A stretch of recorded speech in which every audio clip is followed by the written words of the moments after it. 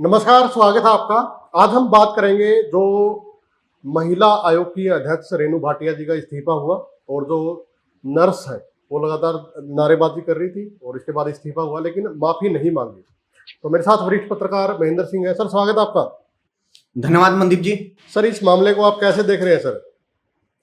मनदीप जी, basic समझ का ना होना इस पूरे के पूरे मामले को ना इस एक लाइन में समेटा जा सकता है, इस पूरे के पूरे विवाद को। लेकिन लोग बटे हुए हैं कि रेणु भाटिया सही है या नर्सिस सही है, ये गलत है, ये सही है। क्यों? क्योंकि बेसिक जो नियम है, बेसिक जो समझ है, उसके बारे में बात नहीं कर रहे हैं। बेसिक समझ क्या कहती है मनदीप जी कि जो रेणु भाटिया क्लेम कर रही हैं, रेणु भाटिया जो बोल रही हैं कि भाई जब डॉक्टर उस पीड़ित को एग्जामिन कर रहे थे उस टाइम पर वहां पर महिला स्टाफ नर्सिस क्यों नहीं थी। हाँ, ये वीडियो में भी बोलती हुई नजर आ रही है।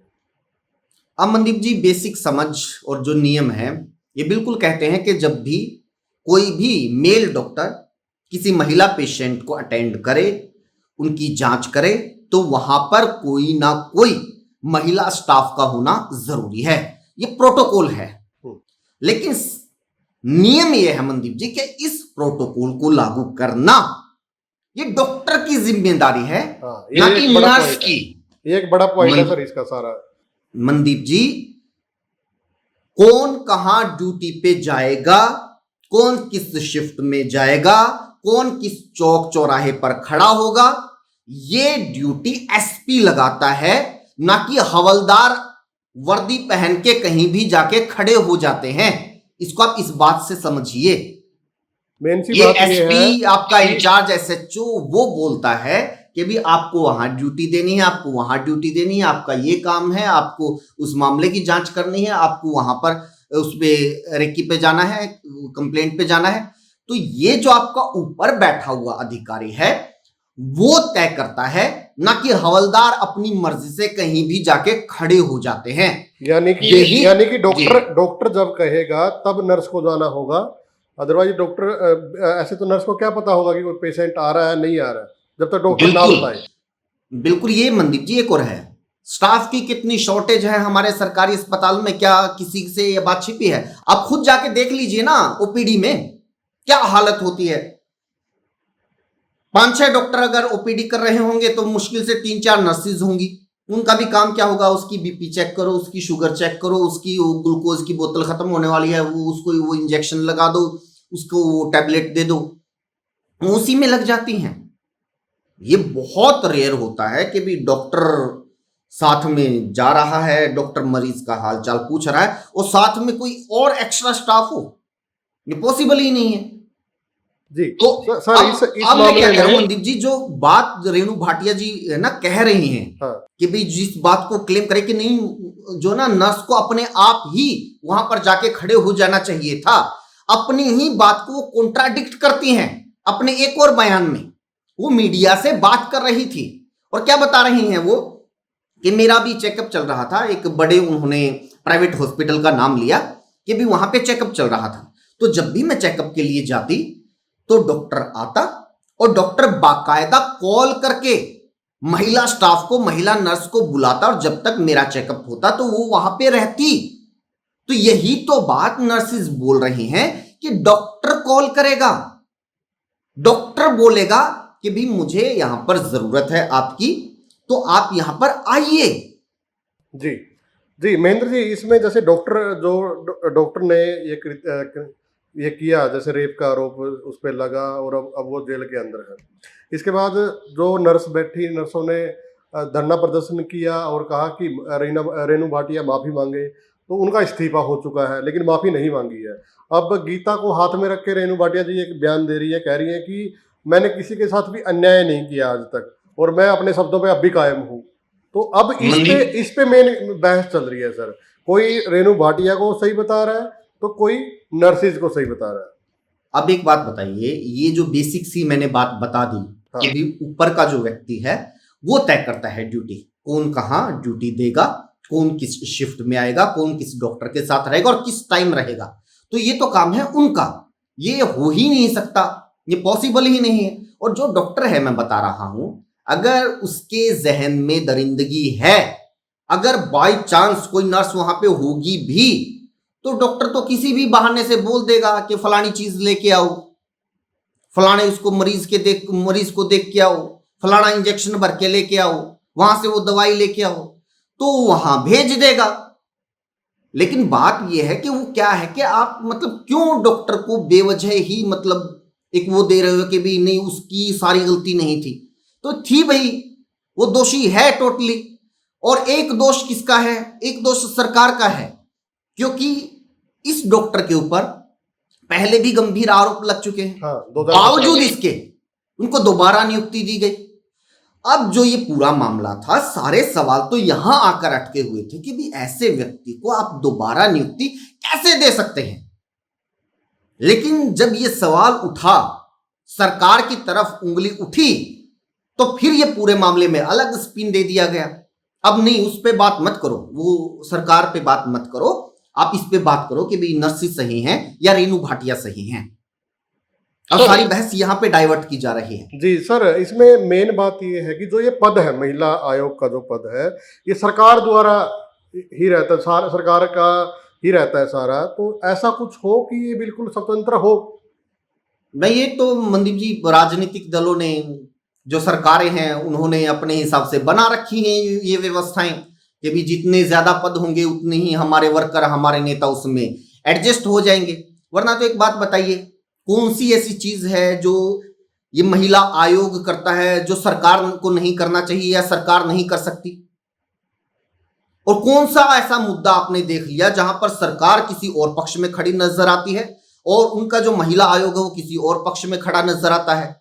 अब बताइए, गुरमीत राम रहीम को जब मर्जी पैरोल मिल जाती है। अब बताइए, महिला आयोग की कौन कौन सी अध्यक्ष हैं जिन्होंने इसके खिलाफ आवाज उठाई हो? महेंद्र जी, सरकार को नोटिस भेजा हो? महेंद्र जी, इस पे भी कमेंटबाजी बहुत ज्यादा हो रही है कि जो मनीषा हत्याकांड हुआ भिवानी के अंदर, वहां पे महिला आयोग नहीं बोली। पहलवानों का जो आंदोलन हुआ, विनेश फोगाट जंतर मंतर पर धरने में बैठी, तो इसमें भी महिला आयोग नहीं बोली। तो कई ऐसे मामले हैं जिसमें महिला आयोग चुप रही, तो ये भी चर्चाएं चल रही है। तो वो जब जहां पर सरकार फंसती है, जहां पर सरकार आरोपों के घेरे में आ जाती है, तो वहां थोड़ा ना महिला आयोग सक्रिय हो जाता है।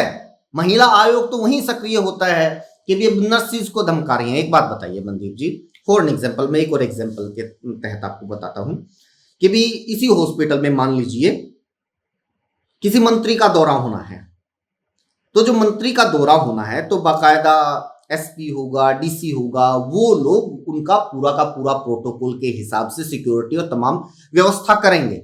वहां से मतलब उनकी ड्यूटी लगाई जाएगी कि भी इतने हवलदार, इतने पुलिस वाले मौके पर होंगे, उनका सुरक्षा देना काम है, वो यहाँ इस टाइम तक उनके साथ रहेंगे। तो ये कौन करता है? ये बड़ा अधिकारी करता है। अब अगर ये ना हो, मान लिया कि ये नहीं हुआ, मंत्री जी आए और वहां पर उनके साथ कुछ मिसबिहेव हो गया, मिसहैपनिंग हो गई, उसके बाद अब जांच शुरू होती है, तो क्या होगा कि भी एसपी डीसी से पूछा जाएगा ना सवाल? नहीं, रेणु भाटिया जी ये कर रही हैं कि किसी थाने में जाके हवलदारों को धमका रही हैं कि भाई तुम लोग कहां थे, जिम्मेदारी तो तुम्हारी बनती है ना, तुम लोगों को वहां पे होना चाहिए भाई। अगर उन्होंने ड्यूटी नहीं लगाई तो क्या हुआ? तुम्हारा भी तो फर्ज बनता है, पुलिस वाले हो आखिरकार तुम लोग। तो अब वो हवलदारों को धमका रही हैं और धमका रही हैं। और सबसे इसमें है ना आपत्तिजनक बात क्या है, इसमें यह है कि बाकायदा वीडियो बनाई जा रही हैं इसकी। इतने सेंसिटिव इश्यूज के ऊपर जब आप महिलाओं से बात करती हैं तो आपको सभी की निजता का सम्मान करना चाहिए। जब ऐसे मामलों की जांच पड़ताल होती है, कोई भी बातचीत होती है, तो ये होता है कि मीडिया का जमावड़ा है और मीडिया के सामने आप बात कर रहे हैं। एक एक व्यक्ति की, एक एक शख्स की पहचान तक गोपनीय रखनी होती है। आप मीडिया बुला के सबकी पहचान वायरल कर रहे हैं, सब लोगों की शक्लें दिखा रही हैं और फिर उनसे इन शब्दों में बात कर रही है कि आपकी बेटी को अगर ये हो तो। यही सवाल आप सरकार की तरफ उछालिए ना, उछालिए, हिम्मत है तो कहिए कि भी ये जो डॉक्टर है जिसके ऊपर इतने गंभीर आरोप थे, जिनकी ड्यूटी आपने सरकारी हॉस्पिटल में लगा दी, जहां पे गरीब मिडिल क्लास इलाज करवाने के लिए आता है, अगर ये इतना ही अच्छा डॉक्टर था तो इसकी ड्यूटी जो ये आपकी सरकार है, आपके मंत्री हैं, नेता हैं, इनके परिवारों का इलाज करने के लिए क्यों नहीं लगाई? है हिम्मत? कीजिए आप सवाल। तो मनदीप जी, कुल मिला के बात यह है, बेसिक सी बात है, बिल्कुल जांच होनी चाहिए किसने इनको दोबारा नियुक्ति दी, सख्त कार्रवाई होनी चाहिए अगर उनके ऊपर जो आरोप लगे हैं वो सही है तो, और जो जिम्मेदार लोग हैं उनके ऊपर कार्रवाई होनी चाहिए, ना कि अब छोटे कर्मचारी को जाके धमका, बोले इनको सस्पेंड कर दो, बताओ इनको कर दो सस्पेंड। ये वैसे ही सस्पेंड है कि मतलब आदेश की गुलाम है बेचारी। कल को कहोगे तो कल से वो ऑफिस में आना बंद कर देंगी, कल को कहोगे कि डबल शिफ्ट करनी है तो डबल शिफ्ट करनी पड़ेगी। और इन सब चीजों के बीच में एक बहस इस बात पे होनी चाहिए, रेणु भाटिया जी, मुंबई लिस्ट, क्या हरियाणा में जितना स्टाफ की जरूरत है, जितनी महिला नर्सेज की जरूरत है, क्या वो हैं? ओपीडी में जितने मरीज आते हैं, जितनी महिलाएं आती हैं, जिन जिन लोगों का चेकअप होता है, उनके साथ हमेशा वहां पर महिला स्टाफ होना चाहिए। क्या इतना स्टाफ है हरियाणा के हॉस्पिटल्स में? कीजिए इसके ऊपर बहस। आप इस्तीफा देने के बजाय सरकार को नोटिस भेजिए कि भी सुनिश्चित करो। सर, इस्तीफा भी कह रहे हैं कि दबाव में लिया गया है, क्योंकि जो डॉक्टर है उसकी भी पहुंच अच्छी बताई जा रही है। तो रेणु भाटिया जी लगातार इस पे भी सवाल उठा रही थी। वो कह रहे थे कि डॉक्टर के पास कोई भी मिलने जाएगा ऐसा नहीं है, डिटेल ली जाएगी कौन कौन मिलेगा और उसको सजा मिलेगी। तो बार बार ये भी सवाल किए जा रहे थे और इसलिए कह रहे हैं कि इस्तीफा लिया गया है। कई बातें हैं मनदीप जी, क्योंकि इन्होंने है ना ये जो भी किया है, इस चक्कर में खुद तो उलझ भी गई है, पूरे मामले को भी एक अलग ही दिशा दे दी है। दूसरा, कई बातें वो ऐसी बोल गई हैं जिससे सरकार मुश्किल में आ गई है। वरना तो अपने हिसाब से कार्रवाई कर रही थी सरकार, हो गई थी, पता चलते ही गिरफ्तारी हो गई थी, और अगर ये आरोप सही साबित हुए तो सख्त से सख्त सजा मिल जाएगी। लेकिन फिर वही मैं कह रहा हूं कि वो वीडियो, अपनी हाजिरी दर्ज करवाना, ये दिखाना कि भी मैं भी हूं कोई, तो उसके चक्कर में उन्होंने ऐसी बयानबाजी कर दी जहां पर सरकार खुद फंसती हुई नजर आती है। अब कह रहे हैं कि वो सीएमओ पीएमओ, भाई उन कौन है वो नियुक्ति देने? भाई वो नहीं है, नहीं दे सकते किसी को नियुक्ति। नहीं, आपका डिस्ट्रिक्ट में बैठा हुआ जो अधिकारी है उसके हाथ में नहीं होती है। सीएमओ को सस्पेंड कर दिया गया है। तो इसमें सर विपक्ष क्यों गायब है? विपक्ष दिखाई नहीं दे रहा। जहां पे कांग्रेस के विधायक है, विपक्ष के विधायक है, वो तक नहीं दिखाई दे रहे। कई मामले ऐसे होते हैं मनदीप जी, विपक्ष गायब हो जाता है, और ये तो मतलब है ना कहने की जरूरत नहीं है। ऐसे बहुत सारे मामले हैं जहां पर आपको विपक्ष गायब मिलता है, और यहाँ पर विपक्ष को है ना एक मतलब सक्रिय रोल में होना चाहिए। अभी क्योंकि एक महिला प्रदेश अध्यक्ष की कांग्रेस में नियुक्ति हुई है तो बड़ी बड़ी बातें हुई थी। अब पता नहीं क्या बदलाव हो जाएगा, क्योंकि पहले वाली जो महिला अध्यक्ष थी वो निष्क्रिय ही थी लगभग, तो अब ये नई आई है तो ये पता नहीं क्या छज्जे तोड़ेंगी। ये आज आई थी। इस मामले में पत्रकारों ने बहुत सवाल पूछे कि आप अब क्यों आए हैं, आप पहले क्यों नहीं आए, आपके 3 विधायक है वो कहाँ है? तो बहुत सारे सवाल किए गए आज उनसे। तो इस मामले में है ना, मैं फिर कह रहा हूं कि जांच शुरुआत में, सवाल शुरुआत में होने चाहिए। विपक्ष अगर खड़ा हो इस मुद्दे में तो सबसे पहला सवाल तो यही होना चाहिए कि क्यों नियुक्ति हुई। और फिर जो अगर इन्होंने महिला स्टाफ की, नर्सिस की बात को जोड़ ही दे दिया है रेणु भाटिया जी ने, तो फिर बात होनी चाहिए कि मंगवाइए आप सारे सरकारी हॉस्पिटल्स की लिस्ट और देखिए कि कहां पे कितना स्टाफ है। मनदीप जी, जो पियून है ना, कई बार ऐसी खबरें, ऐसी वीडियो सामने आई हैं, पियून टाके भरने का काम करते हैं, क्यों स्टाफ नहीं है, क्या करें? जो पियून होता है, जिनका झाड़ू पोछे का काम होता है, वो इंजेक्शन लगा देते हैं, क्यों स्टाफ नहीं है? ऐसी ऐसी चीजें होती हैं हमारे देश में। तो ये अगर इस मुद्दे पे अगर विपक्ष सक्रिय होता है तो 2 सवाल निश्चित तौर पर आज होने चाहिए, पूछे जाने चाहिए। जी जी बिल्कुल, धन्यवाद सर बातचीत करने के लिए। तो वीडियो को ज़्यादा से ज़्यादा आप लोग शेयर करें, और आप भी अच्छी तरह से समझ ही गए होंगे कि ये मामला क्या है और क्या नियम होने चाहिए। तो आप भी अपनी राय कमेंट के माध्यम से जरूर दें। धन्यवाद।